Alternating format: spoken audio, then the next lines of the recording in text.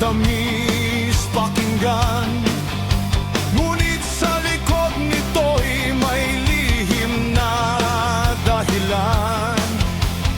Pondo ng bayan ay unti-unting nawawala, habang ang mahirap ay lalo pang lumuluha.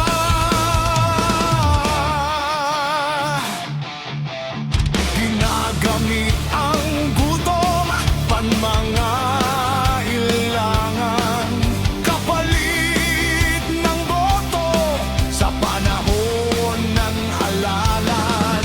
Pagkatapos manalo, pangako'y nalilimutan. Ang kinabukasan ng bayan ay napapabayaan. Hanggang kailan tayo'y mananahimik? Hanggang kailan tayo'y magtitiis? Kung tayo'y magkakaisa, may pag-asa pang makakamit.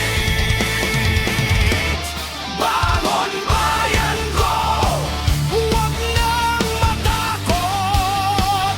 Itaas ang boses, katotohanan ang isagot. Hindi mabibili ang dangal ng Pilipino. Kapag nagkaisa, may bagong bukas na sigurado.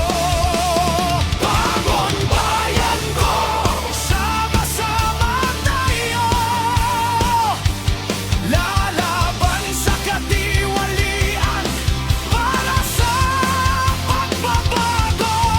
Sa bawat tapat na puso, may pag-asang sisibol.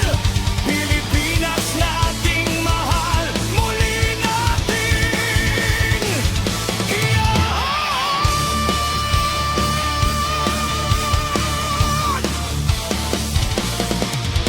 Hindi salapi ang sukatan ng serbisyo, kundi ang malasakit sa bawat Pilipino. Buwis ng mamamayan ay dapat ingatan, hindi gawing daan sa sariling kapakanan. Kapag ang hustisa'y tunay na umiiral, pag-unlad ng bansa ay hindi na mababalam. Ang lakas ng bayan ay nasa pagkakaisa, hindi sa takot kundi sa tamang paninindigan. Simulan sa sarili ang pagbabago, katapatan ang ating ipaglaban sa mundo. Sa bawat boto'y isipin ang kinabukasan, hindi ang pansamantalang pakinabang. Bangon bayan ko, ito na ang oras. Sama-sama nating ituwid ang landas. Korupsyon ay wakasan, pag-asa ay buhayin.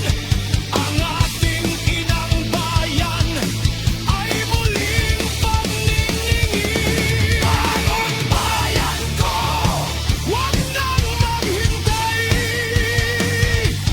Tayo ang pag-asa ng minamahal